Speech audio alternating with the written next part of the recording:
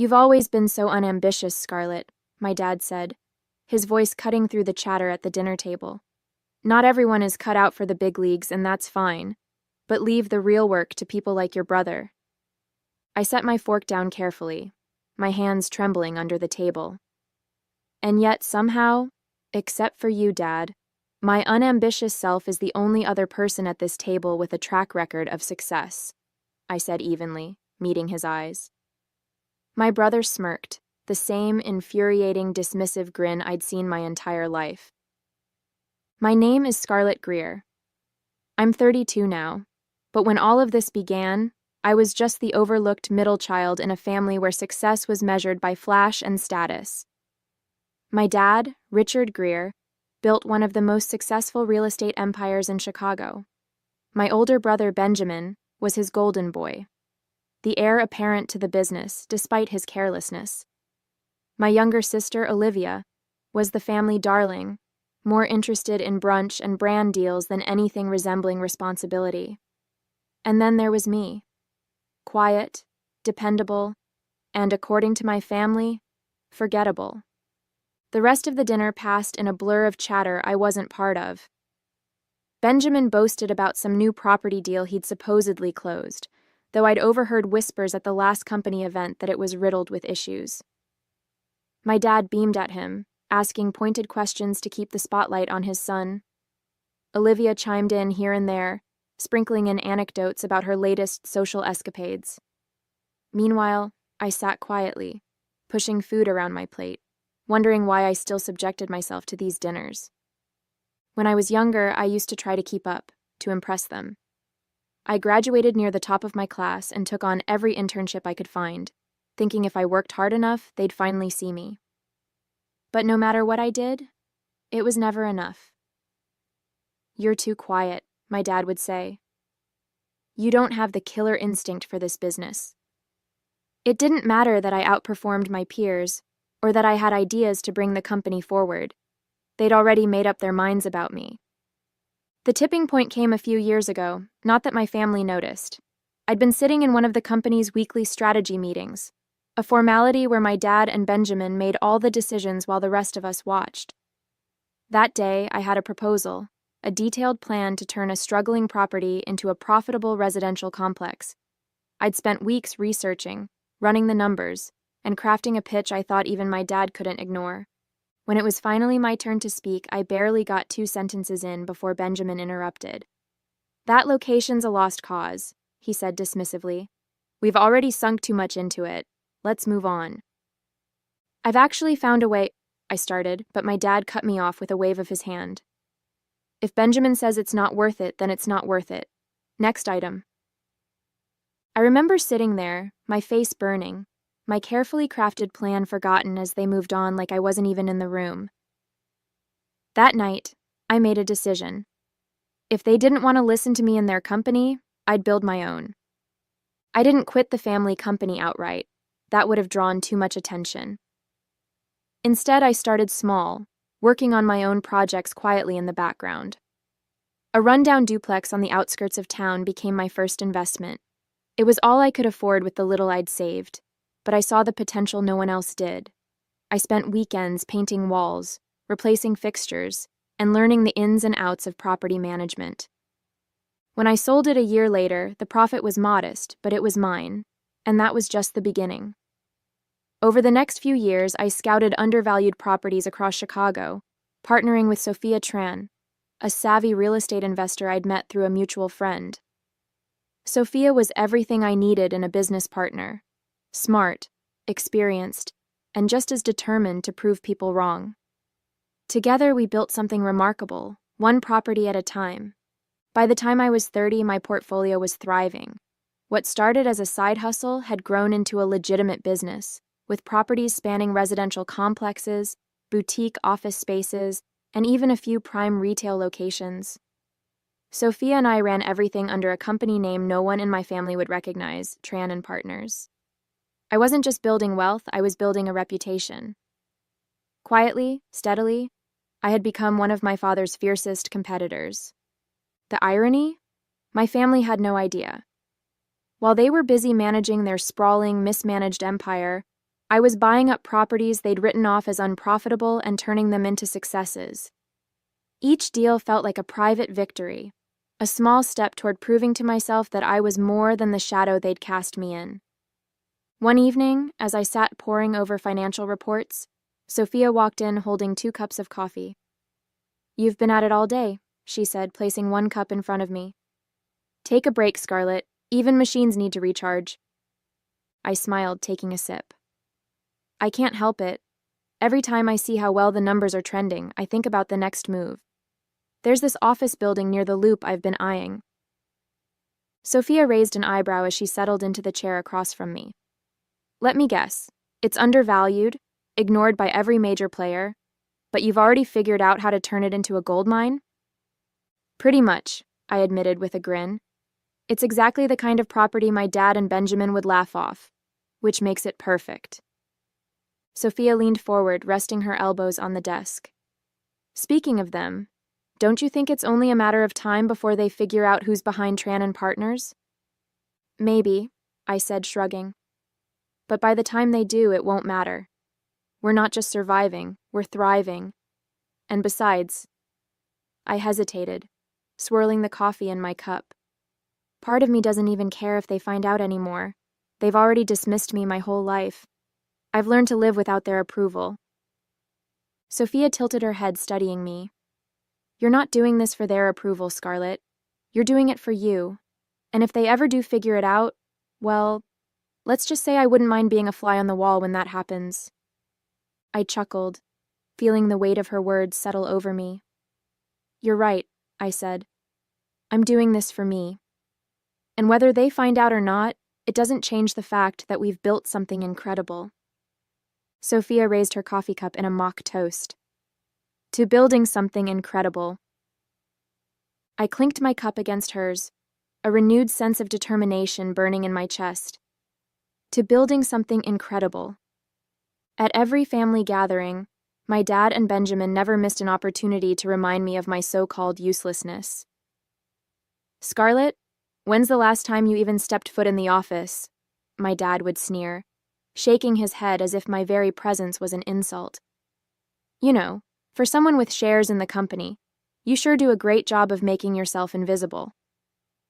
Benjamin, always eager to pile on, would chuckle and add, "Not that anyone notices, of course. It's not like the company's missing out on your valuable contributions."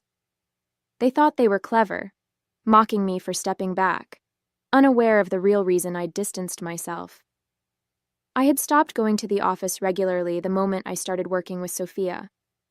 At first, it was because I needed the time to focus on our projects. Later, it became a matter of self-preservation. Every visit was a reminder that, in their eyes, I was an afterthought, someone who didn't matter enough to be included or even taken seriously. I showed up only when absolutely necessary, attending shareholder meetings out of obligation and slipping out as soon as I could. To them, my absence was just more proof of my irrelevance. To me, it was a chance to build something far greater than they could ever imagine. From the beginning, Sophia had been the face of Tran and Partners. It was a strategic decision we made together. She was the one who handled the public engagements, the media interviews, and the high-profile negotiations. I preferred to stay behind the scenes, focusing on the strategy, analytics, and decision-making that drove our success. It wasn't that I was hiding. I just knew my strengths, and Sophia's confidence and charisma were unmatched when it came to dealing with people. It worked perfectly. To the outside world, Tran and Partners was Sophia's brainchild, a fast-growing real estate firm led by a savvy, ambitious woman with a sharp eye for undervalued properties. Investors admired her, competitors envied her, and the press couldn't get enough of her story. No one knew about the woman behind the curtain, the strategist pulling the strings and quietly steering the company's direction. Only a handful of trusted partners were aware that I was the architect behind the scenes, designing every move with meticulous precision. This anonymity was by design. It gave me the freedom to operate without scrutiny, especially from my family. My name wasn't on the website, my photo wasn't in the annual reports, and no one in the industry connected me to Tran and Partners. Even if someone had looked into our operations, they wouldn't have found my fingerprints on anything. To everyone outside of our tight circle, Scarlett Greer was nothing more than a shareholder in her family's real estate empire, a name on paper with no active role in either company. And that's exactly how I wanted it. Not even my father or Benjamin suspected that Tran and Partners had anything to do with me. To them, it was just another small competitor, nipping at the edges of the market. They'd never think to look closer, never imagine that the company slowly outpacing them in certain areas was led by someone they'd dismissed as irrelevant. The irony wasn't just satisfying, it was my greatest weapon. But I knew this balance couldn't last forever. The bigger we grew, the more attention we'd attract. And one day, whether I was ready for it or not, my two worlds would collide. The industry gala was the kind of event my dad and Benjamin thrived on. It was all about networking, rubbing shoulders with the who's who of real estate, and reminding everyone why Greer Enterprises was considered a powerhouse. I wasn't planning on going, it wasn't really my scene, but Sophia insisted. "Come on, Scarlett," she said as she tossed an elegant black dress onto my couch. "You've earned a night to celebrate. Besides, it'll be fun to watch everyone squirm when they realize how far Tran and Partners has come." I reluctantly agreed, knowing my presence would likely go unnoticed. My dad and Benjamin were sure to be there, but they'd written me off so thoroughly that I'd be just another face in the crowd. And I was fine with that. At least that's what I told myself. The ballroom was breathtaking, the kind of opulence that screamed old money. Chandeliers sparkled overhead, waiters weaved through the crowd with trays of champagne, and the city's most powerful figures gathered in clusters, exchanging polite laughter and business cards. As soon as I spotted my dad and Benjamin, I knew the night was about to become an exercise in patience. "Well, well," Benjamin said, smirking as I approached their table. "Look who decided to show up. You know, Scarlett, these events are usually for people who actually contribute to the industry." "Be nice," my dad muttered, though his tone wasn't much kinder. He barely glanced at me as he adjusted his tie. "Just try not to embarrass us." I swallowed the retort bubbling in my throat and found a seat at a table near the back, where Sophia and a few of our closest colleagues were waiting. My dad and brother couldn't see me from there. "How's it going over there?" Sophia whispered, nodding toward my family. "Exactly as expected," I replied. "Let's just get through tonight." As the evening progressed, award after award was handed out, and Greer Enterprises didn't take home a single one. My dad's expression grew darker with every passing announcement, and Benjamin's usual bravado dimmed. I could see the frustration building between them, but I stayed out of it, content to watch from the sidelines. Then it happened. "And the final award of the night," the host announced, "goes to the firm that has shown unparalleled innovation and excellence in the real estate sector. This year's winner is Tran and Partners." My heart skipped a beat as applause erupted around the room. Sophia rose from her seat, beaming as she made her way to the stage. My dad and Benjamin exchanged confused glances, clearly wondering how a smaller firm like Tran and Partners had managed to overshadow them. Sophia accepted the award gracefully, her poise and charisma commanding the room as she took the microphone. "Thank you," she began, her voice warm and steady. "This recognition means so much to Tran and Partners and to everyone who has contributed to our journey. When we started this company, we had a vision: to find value where others saw none, to innovate where others played it safe, and to build not just properties, but opportunities. And tonight, being here among so many talented people, this award feels like validation of that vision." Applause rippled through the crowd, polite and appreciative, but Sophia wasn't finished. She adjusted the microphone and took a small step forward, her expression softening into something more personal. "But," she continued, her voice taking on a deeper resonance, "this moment isn't just about me or even our team as a whole. It's about someone who has worked tirelessly behind the scenes, someone whose brilliance and determination have been the driving force behind Tran and Partners. I'm standing here tonight because of her vision, her strategic mind, and her unwavering commitment to excellence." I froze in my seat, my stomach tightening. Sophia's eyes swept across the room before landing on me, a small, knowing smile on her lips. Many of you may not know her name, but that's because she prefers it that way. She's not one for the spotlight, but without her, Tran & Partners wouldn't be the company it is today. The brain behind every deal we've closed, every risk we've taken, and every success we've earned is my partner and closest confidant, Scarlett Greer. The room fell into stunned silence, and then the murmurs began. Heads turned in my direction, whispers growing louder as recognition spread like wildfire. My dad and Benjamin sat frozen at their table, their expressions a mix of confusion, disbelief, and something I couldn't quite place. Humiliation, perhaps. My dad's jaw tightened, while Benjamin's smirk was wiped clean off his face. Sophia wasn't done. Scarlett's the kind of leader who doesn't need to shout to be heard, she continued.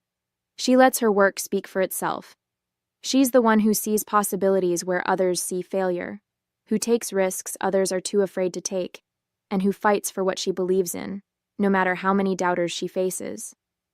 Her brilliance has not only transformed this company, but has set a new standard for what real estate innovation looks like, and I think it's time the world knows it.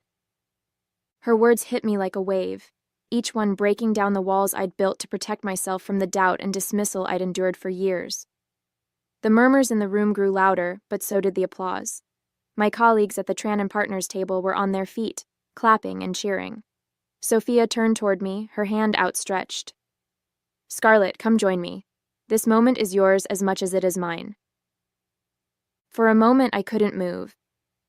My heart pounded in my chest, and my legs felt like they were made of lead. Then I saw Sophia's encouraging smile, the warmth in her eyes, and the applause of the room began to register. Slowly, I stood, my knees shaky, but my resolve strengthening with every step I took toward the stage. As I climbed the stairs and stepped into the spotlight, I could feel every pair of eyes on me. My father's, my brother's, and the room full of industry leaders who had no idea I'd been shaping this industry from the shadows. I reached Sophia's side, and she handed me the award, her hand resting on my shoulder as she leaned into the microphone one last time. This is Scarlett Greer, Sophia said, her voice filled with pride. And if you haven't heard of her yet, trust me, you will. Standing there on stage with the weight of the award in my hands and the applause thundering around me, I felt something I hadn't experienced in years. A sense of validation, not from the crowd, but from myself. My eyes scanned the room briefly, landing on my father and Benjamin. Their stunned expressions were priceless, a mix of shock, disbelief, and a flicker of something that might have been respect. Sophia leaned toward me, her voice low and steady. Say something, she whispered, her hand giving my shoulder a reassuring squeeze. I stepped up to the microphone, my heart pounding. I wasn't one for speeches, but this wasn't about grandeur. It was about being seen. I took a deep breath and spoke. Thank you, I began, my voice clear despite the lump in my throat. This is unexpected but deeply meaningful. When Sophia and I started Tran & Partners, we knew we were taking a chance, on properties others dismissed, on ideas others ignored, and on ourselves. Tonight is proof that those risks were worth it. The crowd clapped politely, but I wasn't done. To everyone who believed in us, thank you. And to those who didn't, well, I allowed myself a small, sly smile. Thank you for underestimating us. It gave us the fuel to succeed. The laughter and applause that followed buoyed me, but my focus was elsewhere, on my father's expression, which had shifted from stunned to something unreadable, and Benjamin, whose jaw was clenched so tightly I thought he might crack a tooth. I stepped back from the microphone, Sophia beaming beside me. As the applause finally died down and we exited the stage, she turned to me. Now that, she said with a grin, was a moment worth savoring. As we returned to our table, I could feel the ripple of whispers following us, the weight of the room's attention still lingering. Sophia leaned over, her voice low but amused. I'd pay good money to know what's going through your dad's head right now. I glanced toward their table. My father sat stiffly, his hands clasped on the table in front of him, staring straight ahead. Benjamin looked like he was ready to explode, his face flushed as he whispered something heated to my dad. Olivia, ever the oblivious one, sipped her wine, her eyes darting between the two of them as if trying to gauge whether the tension was worth interrupting her evening. "They'll come around," Sophia said, as if reading my thoughts. "Maybe not tonight, maybe not ever in the way you deserve, but they'll have no choice but to recognize what you've built." "Maybe," I replied, though I wasn't sure I cared anymore. For once, their acknowledgement wasn't the goal. It was the byproduct of proving to myself that I could thrive without their approval. As the event wound down, I couldn't avoid them any longer. My dad approached our table, Benjamin trailing a few steps behind. Sophia, ever poised, stood as he arrived, extending her hand with a gracious smile. "Mr. Greer," she said warmly, "it's an honor to meet you." He shook her hand stiffly, his usual confidence absent. "Likewise," he replied, his voice strained. His eyes flicked to me, a mixture of pride and discomfort flickering in his expression. "Scarlett, we need to talk." Benjamin snorted, crossing his arms. "Talk? What's there to talk about? You've clearly been busy undermining the family business behind our backs." Sophia's smile didn't waver, but her tone hardened just enough to send a chill through the air. "Undermining? I'd say Scarlett's been doing what you should have been doing, innovating and succeeding. But I suppose we can leave that discussion for another time." Benjamin's face turned a deeper shade of red, but my dad held up a hand to silence him. "Enough," he said sharply. He turned back to me. "Scarlett, can we step outside for a moment, just the two of us?" I followed my dad out onto the terrace, the cool night air a welcome relief from the intensity of the ballroom. The city lights stretched out before us, glittering against the dark sky. He stood silently for a moment, his hands resting on the railing, his shoulders unusually tense. Finally, he spoke. "I didn't know," he said quietly, his voice heavy with something I couldn't quite place. Regret, maybe. "I had no idea you were capable of all this." I crossed my arms, leaning against the railing beside him. "That's because you never cared to find out," I replied, my tone even but firm. "You and Benjamin were so busy dismissing me that you didn't bother to see what I was doing. You wrote me off without a second thought." He sighed, his gaze fixed on the skyline. "I thought I was protecting you." "Protecting me from what?" I asked, unable to hide the frustration in my voice. "From proving you wrong? From showing you that I could do more than you ever gave me credit for?" He turned to face me, his expression earnest for the first time in years. "From failing," he admitted. "This business, it's brutal, Scarlett. I didn't think you had the what?" I interrupted. "The guts? The brains? The drive? What exactly did you think I lacked?" His silence was telling, and for a moment I felt the sting of old wounds reopening. But then he shook his head. "I was wrong," he said simply. "I see that now. Tonight made it impossible to deny." A couple of days later, my dad requested a meeting at my office. He showed up precisely on time, wearing his usual sharp suit and carrying a briefcase that somehow made him look even more imposing. Sophia was already waiting in the conference room when he arrived, poised and unflappable as always.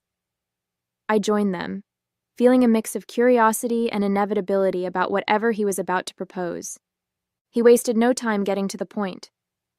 "Scarlett, Sophia," he began, opening his briefcase and sliding a folder across the table. "I've spoken with the board, and we're prepared to make an offer to acquire Tran and Partners. We believe your expertise and vision would be an invaluable addition to Greer Enterprises." Sophia raised an eyebrow, her expression cool as she glanced at me before responding. "That's a generous offer, Mr. Greer," she said diplomatically. "But I think Scarlett should have the first word on this." My dad looked at me expectantly, his confidence barely masking the uncertainty beneath it. I didn't even need to open the folder to know my answer. I leaned back in my chair, meeting his gaze directly. No, I said simply. His brows furrowed, clearly not expecting such an immediate and decisive response. Scarlett, at least consider— No, I interrupted, my voice calm but firm. I've worked too hard to build something that's mine.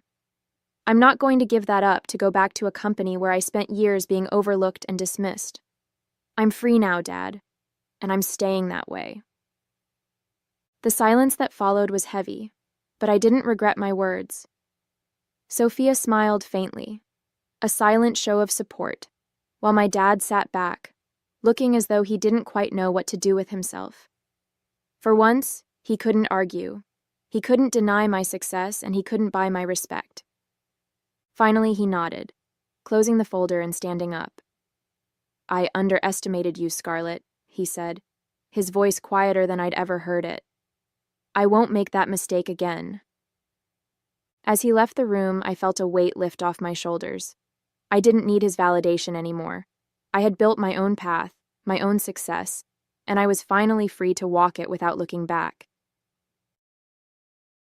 Hey there! Did you like the story? If you did, don't forget to hit the like button and subscribe to the channel. It helps us a lot and makes sure you won't miss out on more great stories we share here. Thank you for watching, and we'll see you in the next one.